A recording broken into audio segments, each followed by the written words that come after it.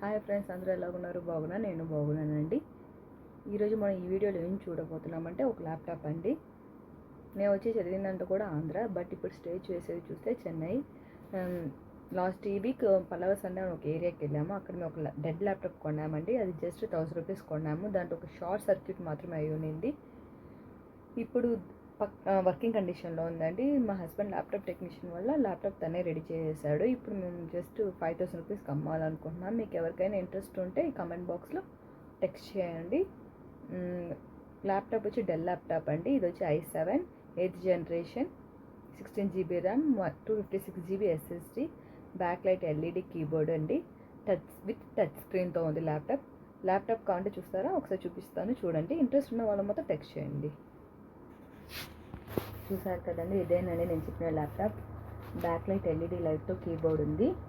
చూడండి, touch screen కూడా పక్కాగా వర్క్ చేస్తుంది. ఇప్పుడు మనం కెమెరా చూసేద్దాము.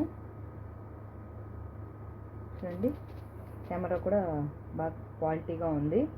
సూపర్ కండిషన్లో ఉందండి ఈ ల్యాప్టాప్. నెక్స్ట్ దీని యొక్క ప్రాపర్టీస్ చూసేద్దామా?